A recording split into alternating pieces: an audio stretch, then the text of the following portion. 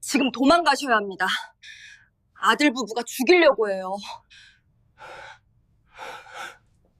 간병인의 급박한 목소리가 회장의 귀에 꽂혔습니다.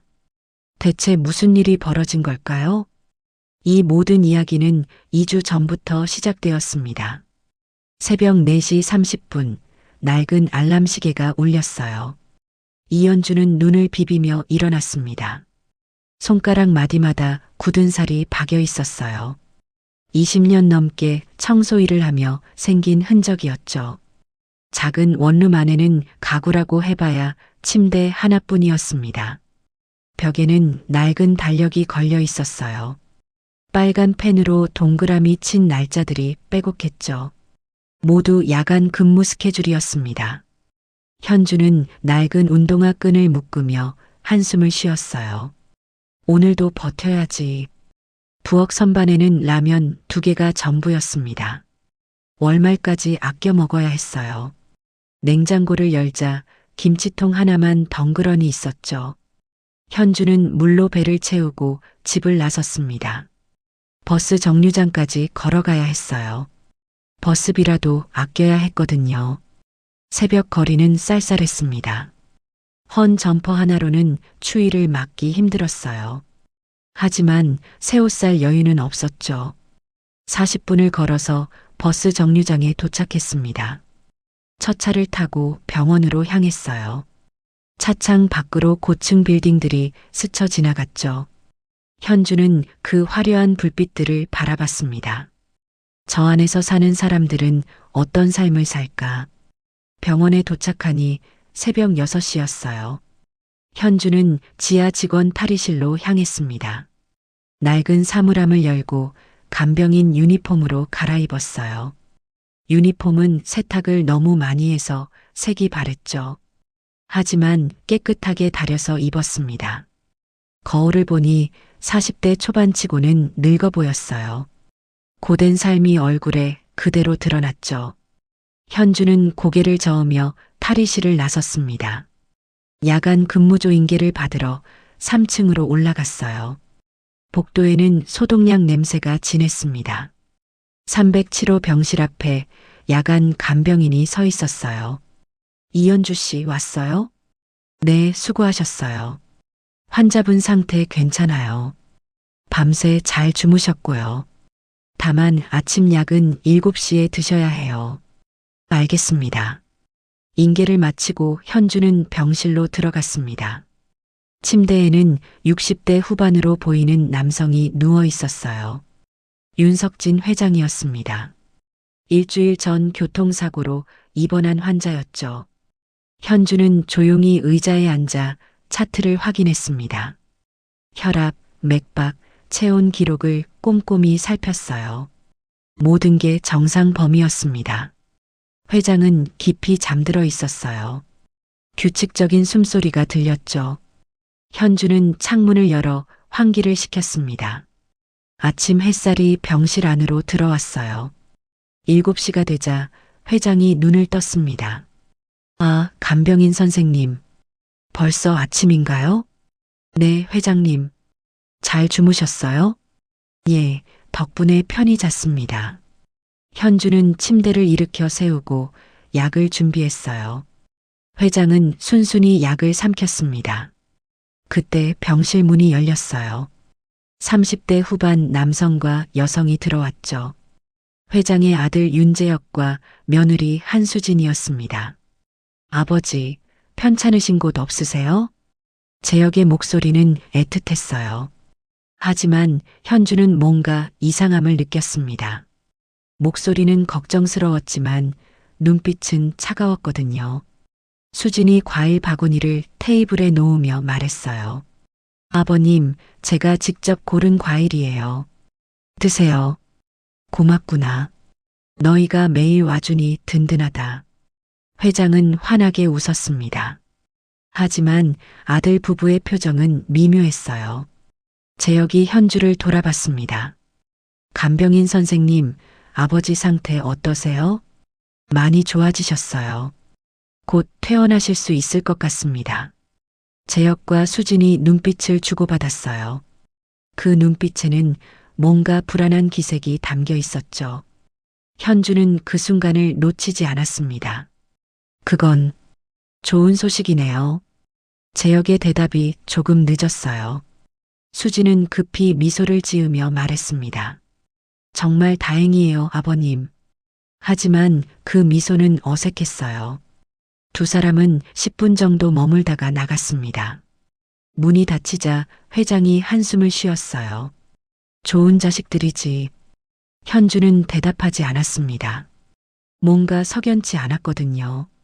오전 내내 현주는 회장을 돌봤어요. 식사를 챙겨주고 약을 챙기고 침대 시트를 갈았죠. 점심시간이 되자 현주는 구내식당으로 내려갔습니다. 직원 식당에서 가장 싼 메뉴를 골랐어요. 1,000원짜리 국밥이었습니다. 다른 간병인들이 옆 테이블에 앉아 있었어요. 요즘 307호 환자분 보호자들 좀 이상하지 않아? 맞아. 나도 그 생각했어. 뭔가 분위기가. 현주의 귀가 쫑긋했습니다. 자신도 느낀 위화감을 다른 사람도 느꼈다는 거였어요. 하지만 간병인들은 곧 다른 얘기로 넘어갔죠. 현주는 국밥을 후루룩 마시고 병실로 돌아왔습니다. 오후 2시쯤이었어요. 복도에서 목소리가 들렸습니다. 재혁과 수진이었어요. 현주는 복도 구석에 몸을 숨기고 귀를 기울였습니다. 두 사람은 낮은 목소리로 대화하고 있었어요. 언제까지 이래야 돼? 지겹지 않아? 수진의 목소리였습니다. 조금만 참아. 곧 끝나니까. 재혁이 대답했어요. 사채업자들이 이번 주까지래. 안 갚으면 정말. 수진의 목소리가 떨렸습니다. 현주의 심장이 빨라지기 시작했어요. 사채? 빚? 알아. 그래서 이번이 마지막 기회야. 아버지가 퇴원하시기 전에 끝내야 해. 재혁의 목소리가 차갑게 식었습니다. 현주는 숨을 죽였어요. 두 사람의 발소리가 멀어지고 복도가 조용해졌죠. 현주는 벽에 기대어 깊게 숨을 내쉬었습니다. 손이 떨리고 있었어요. 이건 뭔가 잘못된 거야. 병실로 돌아온 현주는 회장을 바라봤습니다. 평화롭게 낮잠을 자고 있는 얼굴이었어요. 자신의 아들이 무슨 계획을 세우고 있는지 전혀 모른 채 현주는 의자에 앉아 생각에 잠겼습니다. 자신이 뭘 해야 할까? 누군가에게 말해야 할까? 하지만 증거가 없었어요. 복도에서 들은 대화 몇 마디가 전부였죠. 게다가 자신은 그저 간병인일 뿐이었습니다. 이 일을 잃으면 안 됐어요. 다음 달 월세도 밀려 있었거든요. 현주는 입술을 깨물었습니다. 하지만 마음 한편에서는 계속 경고음이 울렸어요. 뭔가 나쁜 일이 일어날 거라는 예감. 그날 저녁 현주는 병실을 나서며 회장을 돌아봤습니다. 회장은 창밖을 보며 조용히 앉아 있었어요. 외로워 보이는 뒷모습이었죠. 현주는 문을 닫고 복도로 나왔습니다. 야간 근무조에게 인계를 하고 탈의실로 향했어요. 유니폼을 벗고 헌 옷으로 갈아입었습니다. 거울에 비친 자신의 얼굴이 피곤해 보였어요. 하지만 쉴 수는 없었습니다. 내일도 새벽 4시 30분에 일어나야 했거든요. 병원을 나서니 밤바람이 차가웠어요. 현주는 점퍼깃을 세우고 버스 정류장으로 걸었습니다. 집까지 가는 길은 멀고 어두웠어요. 하지만 현주는 익숙하게 걸어갔죠. 버스 안에서 창밖을 바라보며 생각했습니다. 내일은 어떻게 해야 하지? 다음 날 저녁 8시 현주는 복도 청소를 하고 있었어요. 야간 근무조로 바뀐 첫날이었습니다. 회장의 병실은 3층 끝자락에 있었죠. 이 시간이면 대부분의 보호자들은 퇴근한 후였어요.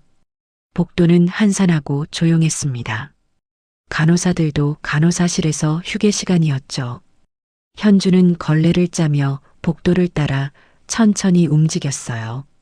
형광등 불빛만이 긴 복도를 비추고 있었습니다. 그때였어요. 비상계단 쪽에서 낮은 목소리가 들렸습니다. 현주는 걸레질을 멈추고 귀를 기울였어요. 남자들의 목소리였죠.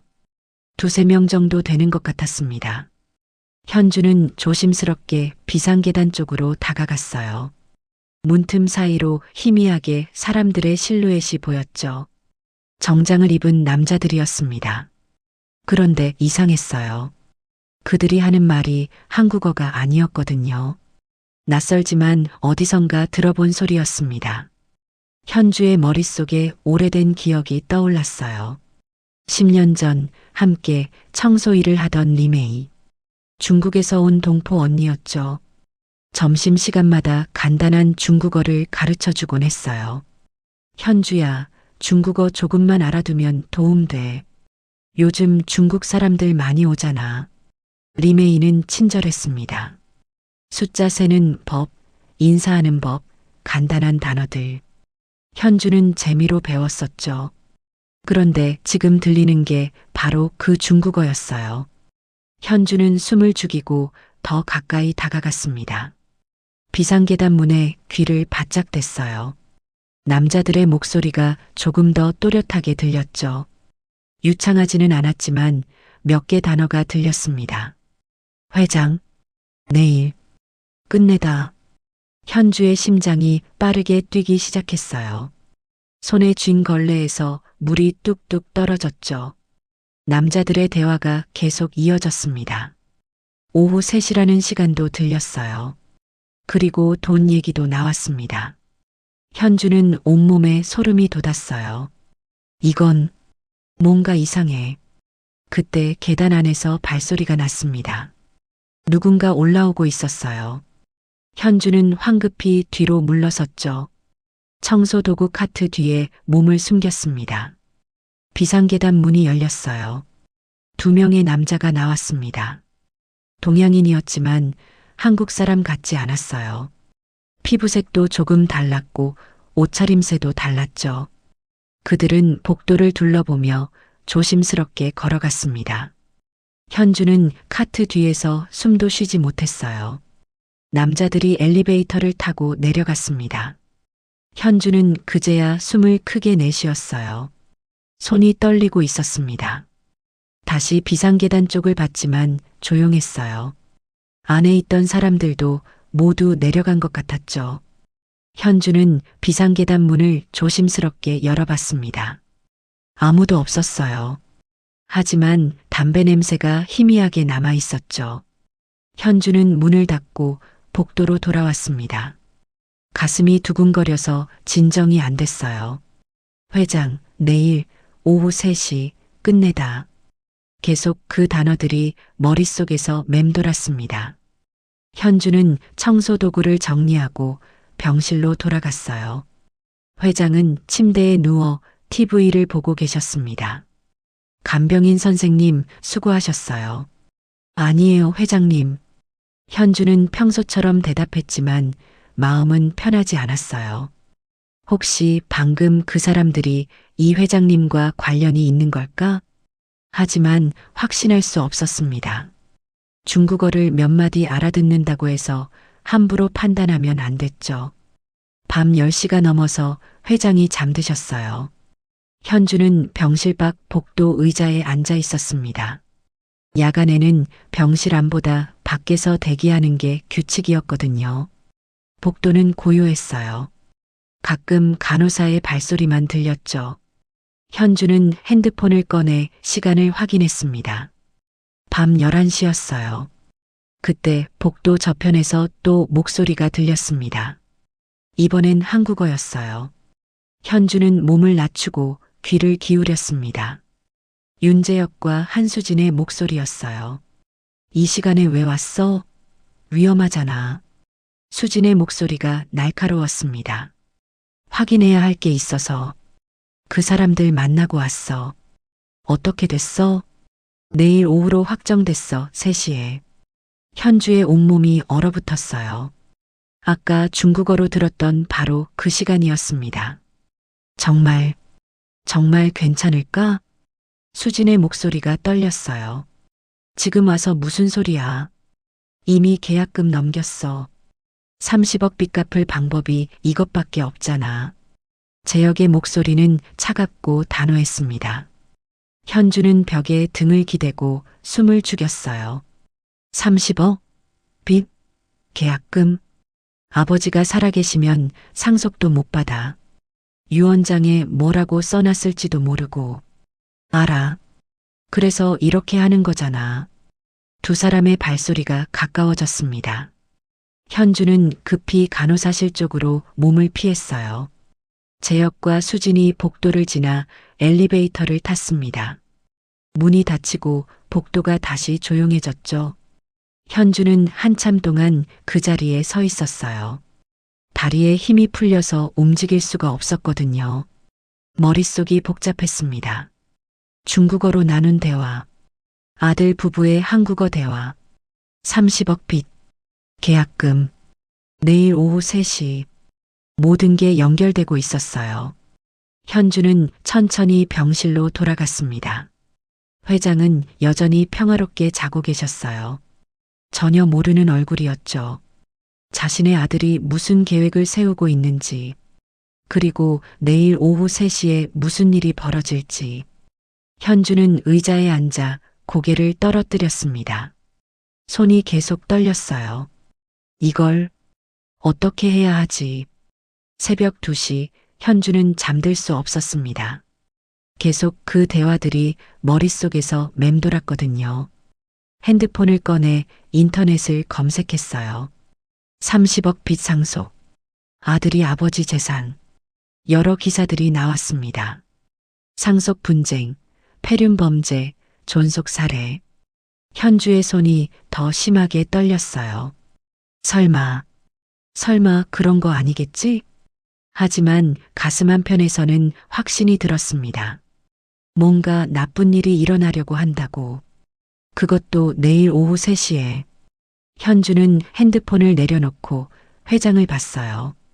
70년을 살아오신 분이었습니다. 평생 일해서 재산을 모으셨겠죠. 그런데 그 재산 때문에 아들에게 목숨을 잃을지도 모른다니. 현주의 눈가가 뜨거워졌어요. 안 돼. 그런 일은 있어서는 안 돼. 새벽 4시 현주는 결심했습니다. 누군가에게 말해야 했어요.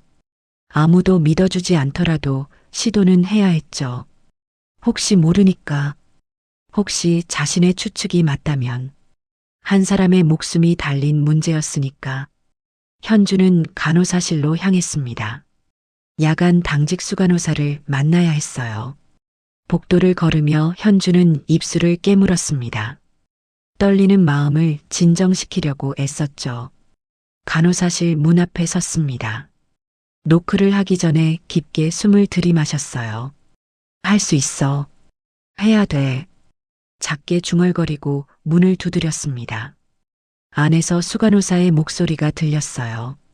누구세요? 307호 간병인 이현주입니다. 급한 일이 있어서요. 문이 열렸습니다. 50대 중반의 수간호사가 의아한 표정으로 현주를 봤어요. 이 시간에 무슨 일이세요? 현주는 숨을 고르고 천천히 말하기 시작했습니다. 오늘 밤 들었던 모든 것을. 하지만 수간호사의 표정은 점점 굳어갔어요. 수간호사는 현주의 이야기를 끝까지 들었습니다. 하지만 표정은 점점 굳어갔어요. 이현주 씨, 지금 무슨 말씀을 하시는 거예요? 제가 분명히 들었어요. 중국어로 회장님 이름 말하고 내일 오후 3시라고. 중국어요? 현주 씨가 중국어를 할 줄 아세요? 수간호사의 목소리가 차갑게 식었습니다. 현주는 손을 꼭 쥐었어요. 유창하진 않지만 기본 단어는 알아들어요. 예전에 중국 동포 언니한테 배워서요. 그래서요? 몇 마디 알아듣는다고 해서. 환자 보호자들을 의심하라는 거예요? 수간호사가 한숨을 쉬었습니다. 이현주 씨, 간병인은 환자를 돌보는 게 일이에요. 보호자 사생활에 지나치게 관심 갖지 마세요. 하지만 정말로 이상했어요. 30억 빚 얘기도 들었고 계약금도. 그만하세요. 수간호사의 목소리가 높아졌어요. 현주는 움찔했습니다. 간병인이 환자 가족 사생활을 엿듣고 다니면 어떡해요? 그것도 한밤중에 복도에서 몰래 듣고요. 저는 우연이든 아니든 이건 문제가 될 수 있어요. 보호자들이 알면 민원 들어올 수도 있고요. 현주의 가슴이 답답해졌어요. 회장님이 위험할 수도 있는데 위험하다는 확실한 증거가 있어요? 외국어로 나눈 대화 몇 마디가 전부잖아요. 수간호사는 고개를 저었습니다. 이현주 씨, 요즘 병원에 외국인 많이 와요. 중국 사람들도 오고 그냥 사업 얘기했을 수도 있잖아요. 아니에요. 분위기가 달랐어요.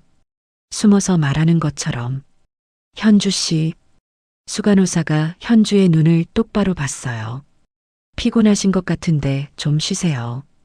야간 근무 처음이라 힘드셨죠?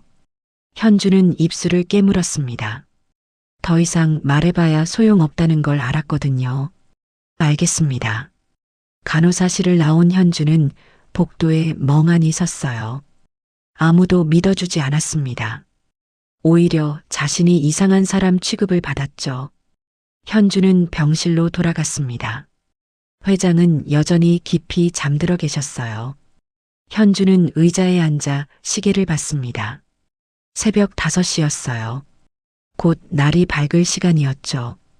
그리고 오늘 오후 3시면 현주는 고개를 저었습니다. 다시 한번 시도해 봐야 해. 오전 8시 현주는 야간 근무를 마치고 인계했어요. 하지만 집으로 가지 않았습니다. 병원 1층 보안실로 향했죠. 보안실 문을 두드리자 40대 남성이 나왔어요. 무슨 일이세요? 307호 환자 간병인인데요. 보고 드릴 게 있어서 왔습니다. 들어오세요. 현주는 다시 한번 어젯밤 일을 설명했어요. 중국어 대화, 아들 부부의 말, 30억 빚, 오늘 오후 3시. 보안 담당자는 메모를 하며 들었습니다. 하지만 표정은 회의적이었어요. 그러니까 중국어로 나눈 대화를 우연히 듣고 환자분이 위험하다고 생각하시는 거죠? 네, 맞습니다. 하지만 구체적인 증거는 없으시고요. 제가 직접 들었어요. 분명히. 보안 담당자가 현주를 가만히 봤습니다. 이현주 씨, 솔직히 말씀드릴게요. 외국어 대화 내용만으로는 증거가 안 돼요. 하지만, 그리고 간병인분이 중국어에 능통하신 것도 아니고요. 혹시 잘못 들으셨을 수도 있잖아요. 현주의 목소리가 떨렸습니다. 잘못 듣지 않았어요. 분명히 회장, 3시, 끝내다. 이런 단어들이었어요. 하지만 그게 무슨 뜻인지는 확실하지 않죠. 회의 시간일 수도 있고 퇴원 시간일 수도 있고요. 보안 담당자는 고개를 저었습니다.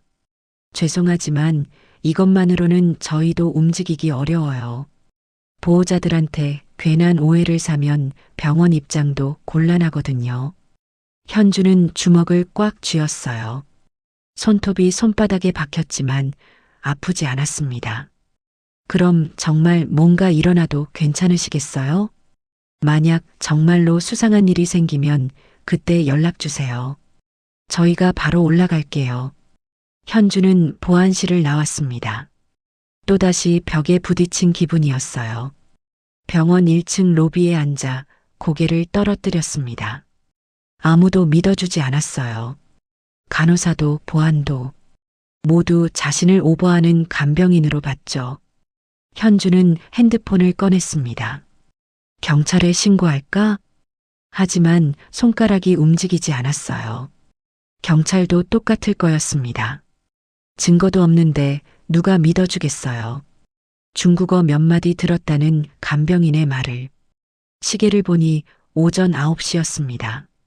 오후 3시까지 6시간 남았어요. 현주는 눈을 감았습니다. 어떻게 해야 하지? 그때 누군가 옆에 앉았어요. 현주가 고개를 들자 50대 여성이 있었습니다.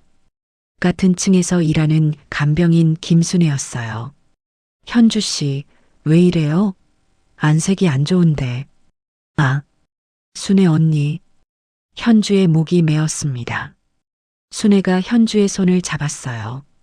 무슨 일 있어요? 현주는 순애에게 모든 걸 털어놨습니다.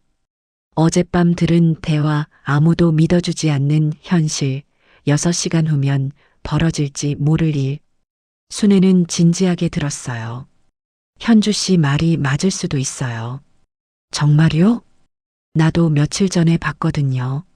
307호 보호자들이 복도에서 다투는 거. 목소리는 작았지만 분위기가 험악했어요. 현주의 눈이 커졌습니다. 그럼 언니도 이상하다고 생각하신 거예요? 응. 뭔가 석연치 않았어. 그리고 아들 얼굴 봤는데 눈빛이 차가웠어. 순애가 한숨을 쉬었습니다. 하지만 우리가 뭘 할 수 있겠어요. 그냥 간병인인데. 병원에서 일하다 보면 이상한 가족들 많이 봐요. 부모 재산 노리는 자식들. 생각보다 많아요. 순애의 목소리가 낮아졌습니다. 작년에 다른 병원에서 일할 때도 그런 일이 있었어요. 아들이 아버지 약을 바꿔치기 했던 거. 다행히 간호사가 발견해서 큰일은 안 났지만 현주는 순애를 똑바로 봤어요. 언니, 그럼 어떻게 해야 할까요? 글쎄, 환자분한테 직접 말씀드리는 건 어때요? 회장님한테요? 응. 어차피 다른 사람들은 안 믿잖아요. 그럼 당사자한테 알려드리는 수밖에. 현주는 입술을 깨물었습니다. 하지만 회장님이 믿어주실까요? 모르죠. 하지만 시도는 해봐야죠. 6시간밖에 안 남았잖아요. 순애가 현주의 어깨를 토닥였어요. 현주 씨, 나는 현주 씨 말 믿어요. 그러니까 용기 내세요. 현주의 눈가가 뜨거워졌습니다. 처음으로 자신을 믿어주는 사람이 생겼거든요. 고마워요, 언니. 괜찮아요. 우리 서로 돕고 사는 거지. 순애가 일어서며 말했어요. 나는 근무 들어가야 해요. 현주 씨도 힘내고 회장님한테 꼭 말씀드려봐요. 순애가 떠나고 현주는 혼자 남았습니다. 하지만 이제 마음이 조금 가벼워졌어요. 자신을 믿어주는 사람이 있다는 것만으로도 힘이 났거든요. 현주는 일어서서 3층으로 올라갔습니다. 307호 병실 앞에 섰어요. 깊게 숨을 들이마시고 문을 열었습니다. 회장은 침대에 앉아 아침 식사를 하고 계셨어요. 아, 간병인 선생님.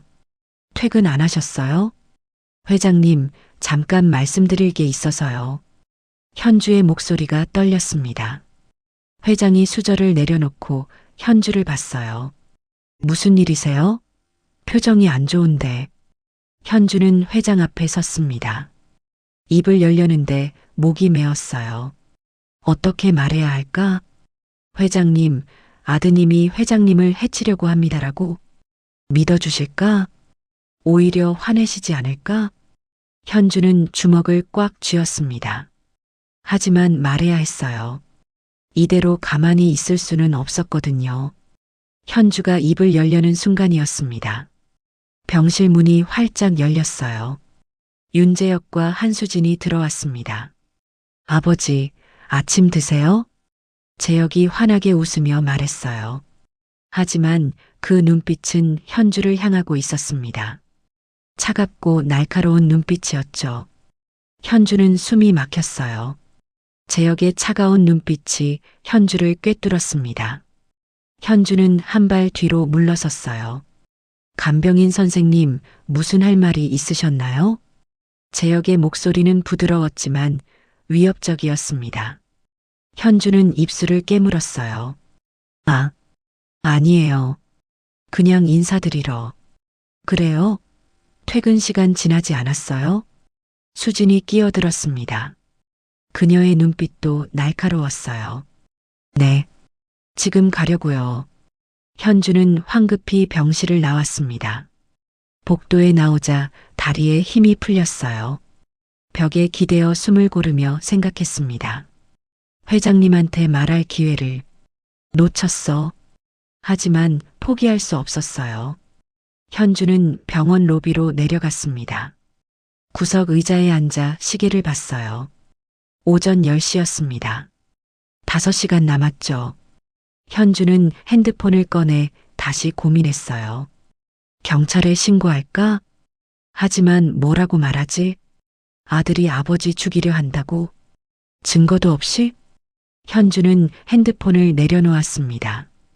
그때 병원 입구로 낯익은 얼굴들이 들어왔어요. 어젯밤 비상계단에서 봤던 동양인 남자들이었습니다. 2명이었죠. 정장을 말끔하게 차려입고 있었어요. 현주는 재빨리 신문으로 얼굴을 가렸습니다. 남자들은 로비를 가로질러 엘리베이터로 향했어요. 현주는 신문 틈으로 그들을 지켜봤습니다. 엘리베이터 버튼을 누르고 기다리는 모습, 주변을 경계하듯 둘러보는 눈빛. 보통 병문 안개과는 달랐어요. 엘리베이터 문이 열리고 그들이 들어갔습니다. 현주는 몇 층을 누르는지 보려 했지만 너무 멀었어요. 하지만 짐작할 수 있었죠. 3층일 거라고. 회장의 병실이 있는 층. 현주는 자리에서 벌떡 일어났습니다. 계단으로 뛰어 올라갔어요. 3층 복도에 도착했을 때 숨이 찼습니다. 조심스럽게 복도 끝을 살폈어요. 과연 그 남자들이 307호 근처에 서 있었습니다. 재혁과 무언가 이야기하고 있었죠. 현주는 복도 구석에 몸을 숨겼어요. 귀를 기울였지만 거리가 멀어서 들리지 않았습니다. 잠시 후 남자들이 엘리베이터를 타고 내려갔어요. 재혁은 병실로 들어갔죠. 현주는 가슴이 두근거렸습니다. 틀림없어. 오늘 뭔가 벌어질 거야. 오전 11시가 넘었어요. 현주는 병원 구내식당으로 내려갔습니다. 하지만 밥이 목구멍으로 넘어가지 않았어요. 계속 시계만 봤죠. 4시간. 점점 시간이 다가오고 있었어요. 식당 TV에서 뉴스가 나오고 있었습니다. 현주는 무심코 화면을 봤어요. 최근 존속살해 범죄가 증가하고 있습니다. 경찰 관계자는 대부분 재산 문제가 원인이라고. 현주의 손이 떨렸습니다. 숟가락을 놓고 TV를 똑바로 봤어요. 작년 한 해 동안 발생한 존속살해 사건은 총 12건. 이 중 9건이 상속 재산과 관련이 있었습니다. 화면에는 법정에 서 있는 피고인들이 나왔어요.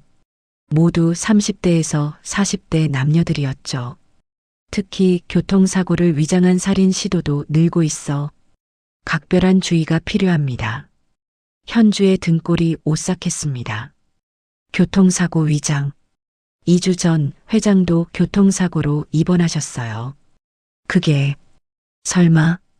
현주의 머릿속에서 퍼즐이 맞춰지기 시작했습니다. 어젯밤 들었던 중국어 대화. 첫 번째는 실패했어. 그 말이 떠올랐어요. 첫 번째? 혹시 그게 교통사고를 말하는 건 아닐까? 현주는 숨이 막혔습니다. 그럼 그때 사고도. 식당을 나온 현주는 다시 3층으로 올라갔어요. 복도 구석 의자에 앉아 307호를 지켜봤습니다. 정오가 지났어요. 병실 문이 열리고 재혁과 수진이 나왔습니다. 둘은 복도 끝으로 걸어가 창가에 섰어요. 현주는 몸을 낮추고 그들을 관찰했습니다. 재혁이 핸드폰을 꺼내 통화하기 시작했어요. 목소리는 들리지 않았지만 표정이 심각했습니다. 수진은 계속 주변을 두리번거렸어요. 불안한 기색이 역력했죠. 통화를 마친 재혁이 수진에게 뭐라고 말했습니다. 수진이 고개를 끄덕이고 두 사람은 병실로 돌아갔어요. 현주는 주먹을 꽉 쥐었어요. 이제 정말 결정해야 해. 시간이 흘렀습니다. 재혁과 수진이 병실을 나왔어요. 엘리베이터를 타고 내려갔죠. 현주는 기회라고 생각했습니다. 지금이 아니면 안 됐어요. 병실 문 앞에 섰습니다. 손을 들어 놓고 하려는데 떨렸어요.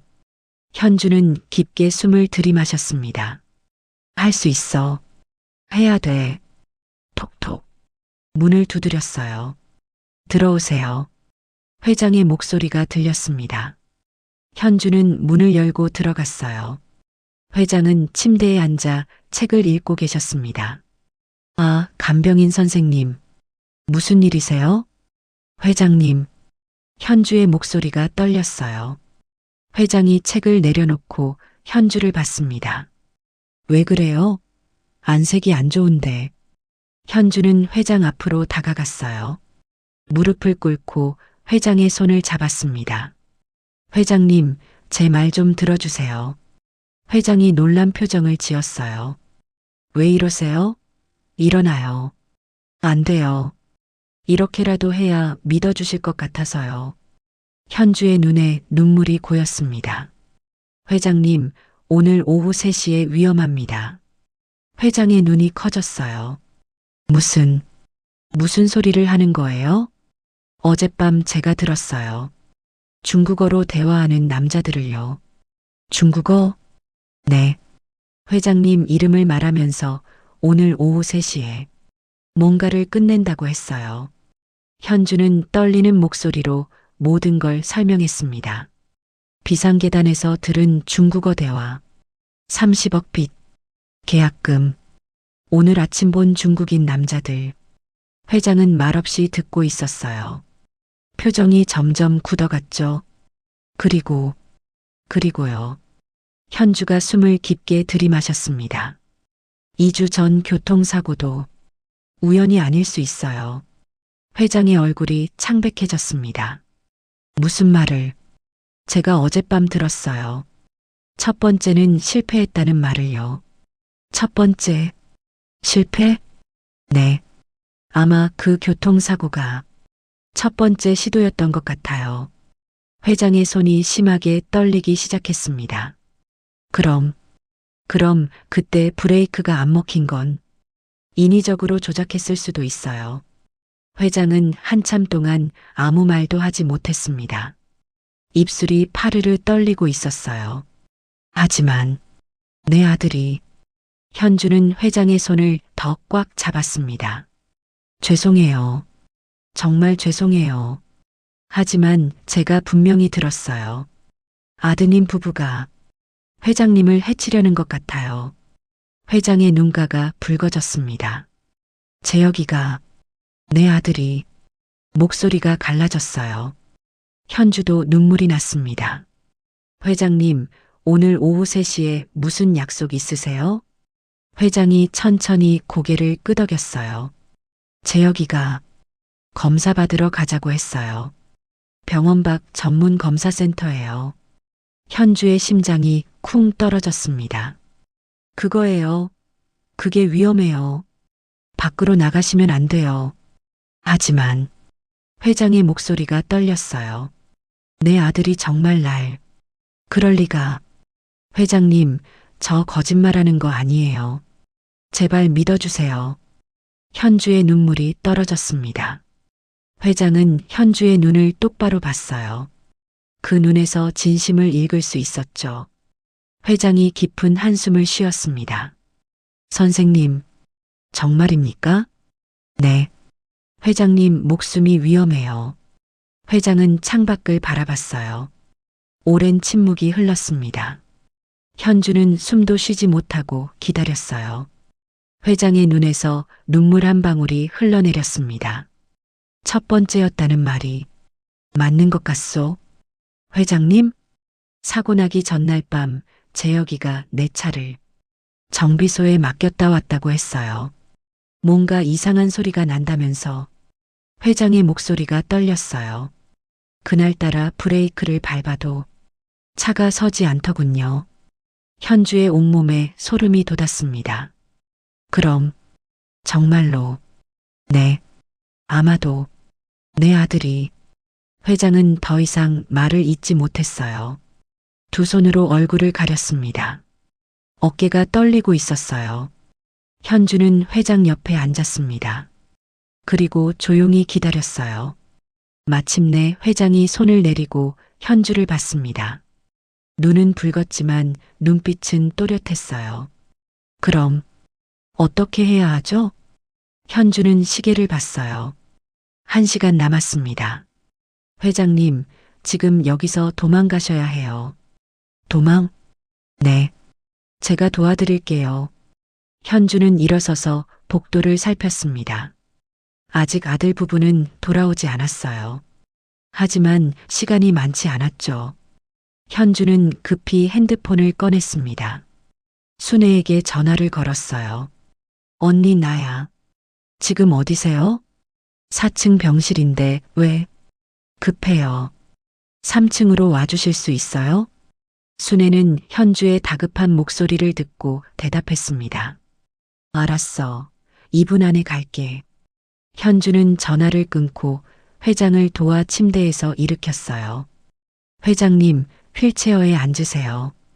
이렇게 급히 나가도 되는 건가요? 회장의 목소리가 떨렸습니다. 현주는 회장의 손을 꼭 잡았어요. 괜찮아요. 제가 지켜드릴게요. 그때 복도에서 발소리가 들렸습니다. 현주의 심장이 빠르게 뛰었어요. 하지만 다행히 순애였습니다. 순애가 병실로 들어왔어요. 현주 씨, 무슨 일이야? 언니, 설명할 시간 없어요. 아들 부부가 곧 올 거예요. 제가 회장님 모시고 나가는 동안 시간 좀 벌어주세요. 순애는 현주의 진지한 표정을 보고 고개를 끄덕였습니다. 알았어. 어떻게 하면 돼? 아들 부부 오면 뭐라도 핑계대서 복도로 좀 데리고 나가주세요. 걱정 마. 맡겨. 순애가 현주의 어깨를 토닥였어요. 현주는 회장을 휠체어에 조심스럽게 앉혔습니다. 담요로 무릎을 덮어드렸죠. 회장님, 준비되셨어요? 네. 가봅시다. 회장의 목소리는 떨렸지만 눈빛은 또렷했습니다. 현주가 휠체어를 밀고 병실 문 쪽으로 향했어요. 바로 그때였습니다. 복도에서 재혁과 수진의 목소리가 들렸어요. 아버지 주무시려나? 현주는 숨을 죽였습니다. 순애가 재빨리 복도로 나갔어요. 아, 보호자분들이시죠? 순애가 환하게 웃으며 다가갔습니다. 네, 그런데요. 재혁이 순애를 봤어요. 307호 담당 간호사님이 찾으시던데요. 서류 확인할 게 있다고 하시더라고요. 서류요? 무슨 서류? 수진이 의심스러운 표정을 지었습니다. 잘 모르겠어요. 간호사실로 가보시면 될 것 같은데요. 순애가 자연스럽게 간호사실 쪽을 가리켰어요. 재혁과 수진이 서로를 바라봤습니다. 먼저 아버지 보고 갈까? 서류가 뭔지 확인하고 올게. 잠깐이면 돼. 수진이 간호사실로 향했어요. 재혁은 병실 문을 열려고 했죠. 순애가 재빨리 말을 걸었습니다. 아, 보호자님. 혹시 오늘 퇴원 서류도 준비하셔야 하는 거 아세요? 퇴원 서류요? 네, 외출하시려면 미리 신청해야 한다고. 수간호사님이 그러시던데요. 순애의 말에 재혁이 멈칫했습니다. 그런 게 있었나? 간호사실에서 물어보시면 될 거예요. 재혁은 고민하다가 간호사실로 향했습니다. 순애는 복도 끝에서 현주에게 엄지를 들어 보였어요. 현주는 고개를 숙여 감사를 표하고 휠체어를 밀었습니다. 반대편 복도로 조용히 빠져나갔어요. 비상계단 옆 엘리베이터를 탔습니다. 문이 닫히자 현주는 안도의 한숨을 쉬었어요. 다행이에요. 회장은 아무 말 없이 앞을 바라보고 있었습니다. 손이 계속 떨리고 있었어요. 엘리베이터가 1층에 도착했습니다. 현주는 휠체어를 밀고 로비로 나왔어요. 보안실로 향했습니다. 보안실 문을 열자 아침에 봤던 담당자가 있었어요. 또 왔어요? 그의 목소리는 귀찮다는 투였습니다. 하지만 이번엔 회장이 직접 말씀하셨어요. 경찰을 불러주시오. 보안 담당자가 회장을 받습니다. 회장님이시군요. 무슨 일이신데? 내 아들이 날 죽이려 해요. 보안 담당자의 표정이 굳었습니다. 네, 무슨 말씀을? 이 간병인의 말이 맞았어요. 오늘 오후 3시에 날 해치려던 겁니다. 회장의 목소리는 떨렸지만 단호했습니다. 보안 담당자는 현주와 회장을 번갈아 봤어요. 회장이 직접 말하는 걸 보고 심각성을 깨달았죠. 알겠습니다. 즉시 신고하겠습니다. 그가 경찰에 전화를 거는 동안 회장이 말했습니다. 간병인 선생님, 내 핸드폰 좀. 현주는 회장의 주머니에서 핸드폰을 꺼냈어요. 회장이 떨리는 손으로 속도 다이얼을 눌렀습니다. 김 실장, 나야. 전화 너머로 놀란 목소리가 들렸어요. 회장님, 어디 계십니까? 병실에 안 계신다고. 1층 보안실이야. 당장 와. 무슨 일이십니까? 회장은 잠시 숨을 고르고 말했습니다. 재혁이가 날 죽이려 해. 전화 너머가 조용해졌어요. 잠시 침묵이 흐른 후 단호한 목소리가 들렸습니다. 5분 안에 도착하겠습니다. 그리고 경찰과 변호사 즉시 부르겠습니다. 김 실장, 걱정 마십시오, 회장님. 제가 처리하겠습니다. 전화가 끊겼습니다. 회장은 핸드폰을 내려놓고 눈을 감았어요. 현주는 회장 옆에 서서 손을 잡아드렸습니다. 괜찮으세요? 고맙소, 간병인 선생님. 당신이 아니었으면. 회장의 목소리가 갈라졌습니다. 그때 보안실 밖에서 소란이 들렸어요. 재혁과 수진의 목소리였습니다. 아버지가 없어졌어. CCTV 확인해봐. 간호사실에도 없고 검사실에도 없다고. 두 사람의 목소리가 점점 가까워졌어요. 보안 담당자가 긴장한 표정으로 문을 확인했습니다.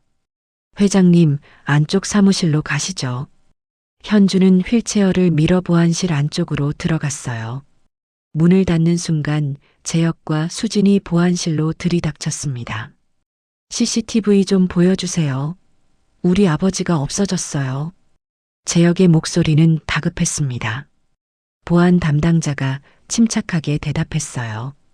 환자분이 없어지셨다고요? 네. 휠체어도 없고 간병인도 안 보여요. 수진이 소리쳤습니다. 그때 병원 입구로 경찰차 2대가 도착했어요. 사이렌 소리가 울렸습니다. 재혁과 수진의 얼굴이 하얗게 질렸어요. 경찰이, 왜 경찰이? 로비로 4명의 경찰관이 들어왔습니다. 윤석진 회장님 계십니까? 보안 담당자가 안쪽 사무실을 가리켰어요. 안에 계십니다. 경찰관들이 사무실로 들어갔습니다. 회장을 확인하고 고개를 숙였어요. 회장님, 괜찮으십니까? 네, 다행히. 회장이 재혁과 수진을 가리켰습니다. 저 2 사람이 내 아들과 며느리요. 날 죽이려 했어요. 경찰관들이 재혁과 수진을 봤습니다. 2분, 일단 저희와 함께 가셔야겠습니다. 뭐라고요? 우리가 왜? 재혁이 당황하며 소리쳤어요. 아버지, 이게 무슨 소리예요? 하지만 회장은 고개를 돌렸습니다. 재혁을 보지 않았어요. 수진이 울먹이며 말했습니다. 오해예요. 우리는 아무것도. 그때 병원 입구로 50대 남성이 급히 들어왔습니다. 말끔한 정장에 카리스마 있는 인상이었어요. 김태준 비서실장이었습니다. 회장님, 김 실장이 회장에게 달려왔습니다. 다치신 곳은 없으십니까? 괜찮네. 자네가 와줘서 다행이야. 김 실장은 경찰관에게 고개를 숙였어요. 경찰관님들 감사합니다. 저는 회장님 비서실장 김태준입니다. 그는 서류 봉투를 꺼냈습니다. 2주 전 교통사고 당시 차량 정비 기록입니다. 브레이크 라인이 인위적으로 조작된 흔적이 있어요.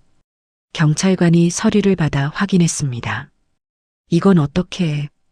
회장님께서 연락 주신 후 즉시 확보했습니다. 김 실장의 목소리는 차분하고 냉정했습니다. 재혁과 수진의 얼굴이 점점 더 창백해졌어요. 그리고 오늘 오후 3시 예정이었던 검사센터 예약도 확인했습니다. 회장님 명의로 예약되어 있지만 실제로는 아드님이 예약하셨더군요. 아, 아버지, 그건 재혁이 말을 더듬었습니다. 경찰관이 무전기를 꺼냈어요. 주차장 팀 상황 어때? 중국인 남성 3명 확보했습니다. 차량에서 흉기와 약물 발견했습니다. 재혁이 그 자리에 주저앉았습니다. 수지는 울기 시작했어요. 현주는 보안실 안에서 모든 걸 지켜보고 있었습니다. 가슴이 뛰었지만 동시에 안도감이 밀려왔어요. 끝났다. 정말 끝났어. 경찰관이 재혁과 수진에게 수갑을 채웠습니다. 살인 미수 및 존속살해 미수 혐의로 체포합니다. 재혁이 회장을 돌아봤어요. 눈에는 눈물이 고여 있었습니다. 아버지, 죄송합니다. 하지만 회장은 여전히 고개를 돌린 채였습니다. 대답하지 않았어요.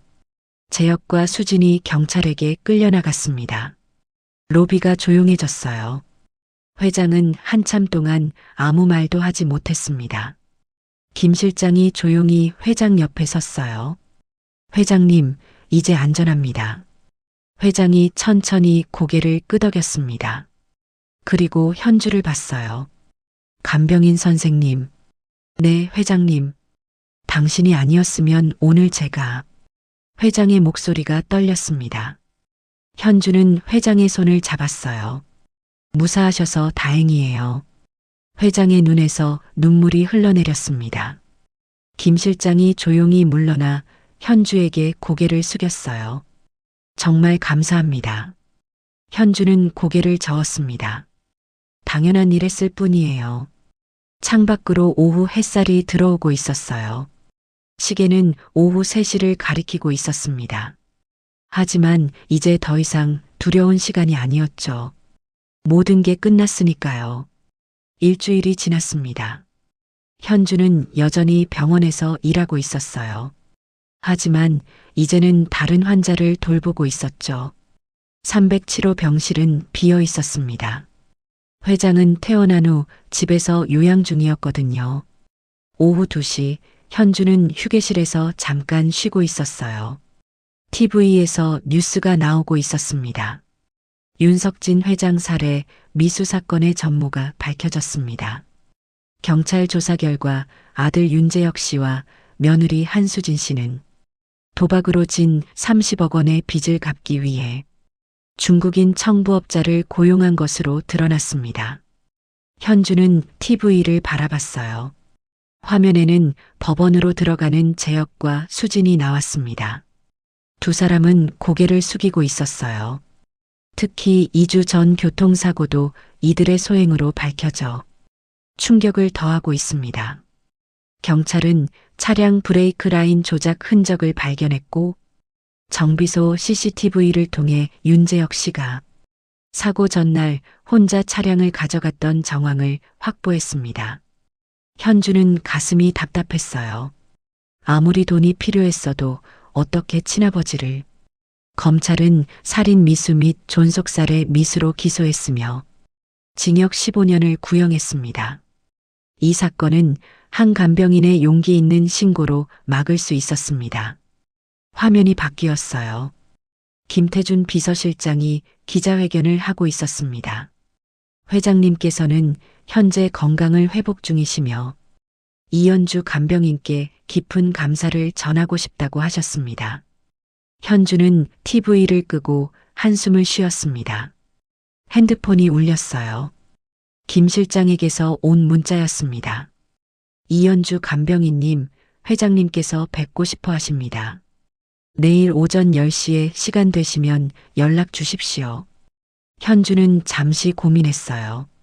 하지만 회장님의 건강 상태도 궁금했고 마지막 인사는 드려야 할 것 같았습니다. 네, 내일 뵙겠습니다. 답장을 보내고 현주는 일어섰어요. 다시 병실로 돌아가야 했습니다. 다음 날 오전, 현주는 회장의 집을 찾아갔어요. 강남의 고급 주택가였습니다. 현주는 낡은 옷차림이 부끄러웠지만 어쩔 수 없었죠. 초인종을 누르자 김 실장이 나왔습니다. 어서 오세요, 이현주 씨. 안녕하세요. 김 실장이 현주를 안으로 안내했어요. 넓고 화려한 거실이었습니다. 현주는 주눅이 들었지만 꿋꿋이 걸어갔어요. 거실 소파에 회장이 앉아 계셨습니다. 많이 회복하신 모습이었어요. 간병인 선생님 오셨군요. 회장님 건강하신 것 같아서 다행이에요. 현주가 인사하자 회장이 손짓했습니다. 앉으시오. 편하게 계시오. 현주는 조심스럽게 소파에 앉았어요. 회장이 현주를 따뜻하게 바라봤습니다. 먼저 감사 인사를 드리고 싶소. 선생님이 아니었으면 전 지금 이 자리에 없었을 겁니다. 아니에요. 당연한 일 했을 뿐이에요. 당연한 일이 아니오. 누구도 믿어주지 않았는데 끝까지 포기하지 않으셨소. 그게 얼마나 어려운 일인지 압니다. 회장의 목소리가 떨렸어요. 김 실장이 봉투 하나를 가져왔습니다. 선생님께 드리고 싶은 게 있소. 아니에요, 회장님. 저는 괜찮아요. 현주가 손을 내저었지만 회장은 고개를 저었습니다. 받으시오. 이건 감사의 표시요. 정말 괜찮습니다. 회장님이 무사하신 게 제일 큰 보상이에요. 현주의 눈이 진심으로 빛났습니다. 회장은 현주를 가만히 바라봤어요. 선생님, 정말 특별한 분이시군요. 회장이 봉투를 내려놓았습니다. 그럼 다른 방법으로 보답하고 싶소? 병원 일 그만두고 우리 집에서 일하시오. 급여는 지금보다 3배 드리겠소. 현주는 놀랐어요. 회장님, 저는 매달 월세 걱정하시는 거 압니다. 선생님 같은 분이 그런 걱정 없이 사셨으면 좋겠소. 현주의 눈가가 뜨거워졌습니다. 하지만 고개를 저었어요. 감사하지만 괜찮습니다. 저는 병원에서 일하는 게 좋아요. 여러 환자분들을 돌보는 게 제 일이거든요. 회장은 현주의 말에 깊은 한숨을 쉬었습니다. 그렇다면 억지로 권할 수는 없겠군요. 하지만 언제든 힘들면 연락하시오. 제가 도와드리겠소. 고맙습니다, 회장님. 김 실장이 차를 가져왔어요. 세 사람은 잠시 조용히 차를 마셨습니다. 회장이 창밖을 바라보며 말했어요. 재혁이는 면회를 거부했소. 아버지 얼굴을 볼 면목이 없다고 하더군요. 회장의 목소리가 갈라졌습니다. 제가 뭘 잘못한 걸까요? 돈만 주고 사랑은 주지 않았던 걸까요? 현주는 회장의 아픔이 느껴졌어요. 회장님 잘못이 아니에요. 하지만 내 아들이, 사람은 각자 선택을 합니다. 회장님이 아무리 좋은 아버지셨어도 아드님이 잘못된 선택을 한 거예요. 회장은 현주를 봤습니다. 선생님 말이 맞소. 하지만 가슴이 아프오. 시간이 약입니다. 천천히 아물 거예요. 현주의 따뜻한 말에 회장이 고개를 끄덕였어요. 1시간쯤 이야기를 나눈 후 현주가 일어섰습니다. 이만 가봐야 할 것 같아요. 그러시오. 바래다 드리겠소. 괜찮아요. 버스 타고 갈게요. 현주는 회장에게 깊이 인사했어요. 회장도 일어나 현주의 손을 잡았습니다. 선생님 정말 고맙소. 평생 잊지 못할 겁니다. 건강하세요, 회장님. 김 실장이 현주를 문 앞까지 배웅했어요. 이현주 씨, 정말 감사합니다. 아니에요. 회장님께서 선생님 같은 분을 만나서 다행입니다. 현주는 고개를 숙이고 집을 나왔습니다. 6개월 후 법정. 현주는 증인석에 앉아 있었어요. 검사가 질문했습니다. 증인은 피고인들의 대화를 직접 들었다고 하셨죠? 네, 맞습니다. 그 내용을 다시 한번 말씀해 주시겠습니까? 현주는 침착하게 대답했어요. 6개월 전 그날 밤 비상계단에서 들었던 모든 것을. 재혁과 수지는 피고석에서 고개를 숙이고 있었습니다. 방청석에는 회장이 앉아 있었어요. 표정은 슬펐지만 눈빛은 또렷했습니다. 판사가 판결문을 읽었어요.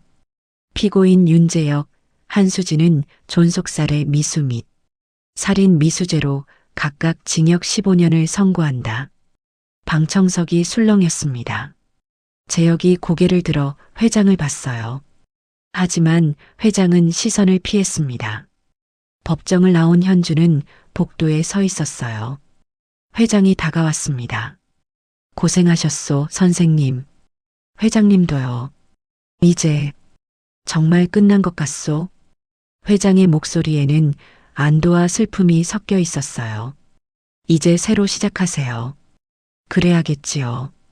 두 사람은 법원 밖으로 나왔습니다. 햇살이 따뜻했어요. 가을바람이 불고 있었습니다. 선생님, 앞으로 어떻게 지내실 겁니까? 병원에서 계속 일할 거예요. 제자리가 거기니까요. 회장이 미소를 지었습니다. 선생님은 정말 대단하십니다. 아니에요. 그냥 평범한 사람이에요. 평범한 사람은 그런 용기를 못 내요. 선생님은 특별합니다. 현주는 부끄러워하며 웃었어요. 두 사람은 각자의 길로 걸어갔습니다. 하지만 가벼운 발걸음이었어요. 무거운 짐을 내려놓은 것 같았거든요. 일주일 후, 현주는 병원 복도를 걷고 있었어요. 새로운 환자를 맡게 되었습니다. 402호 병실 문을 열었어요. 80대 할머니가 침대에 누워 계셨습니다. 안녕하세요. 간병인 이현주입니다. 아이고, 수고하네요.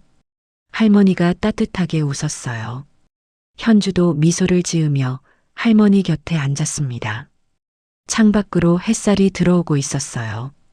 현주는 창밖을 바라봤습니다. 파란 하늘이 펼쳐져 있었죠. 구름 한 점 없이 맑았어요. 현주는 작게 웃으며 중얼거렸습니다. 수고했어, 이현주. 병원 복도에서는 사람들이 바쁘게 오가고 있었어요. 간호사들, 의사들, 환자들, 보호자들. 모두 각자의 삶을 살아가고 있었습니다. 현주도 그 중 하나였어요. 평범한 간병인. 하지만 누군가의 생명을 구한 사람. 옳은 일을 한 사람. 그것만으로도 충분했습니다. 현주는 할머니에게 차를 따라드리며 생각했어요. 오늘도 최선을 다하자. 창밖 하늘은 여전히 맑았습니다. 따뜻한 햇살이 병실을 가득 채우고 있었어요. 현주는 평화로운 마음으로 할머니를 돌봤습니다. 어제의 두려움은 사라졌고 오늘의 평온이 있었죠. 그리고 내일도 이렇게 살아갈 거였습니다. 누군가를 돌보며, 누군가의 곁을 지키며, 그게 바로 현주의 삶이었으니까요.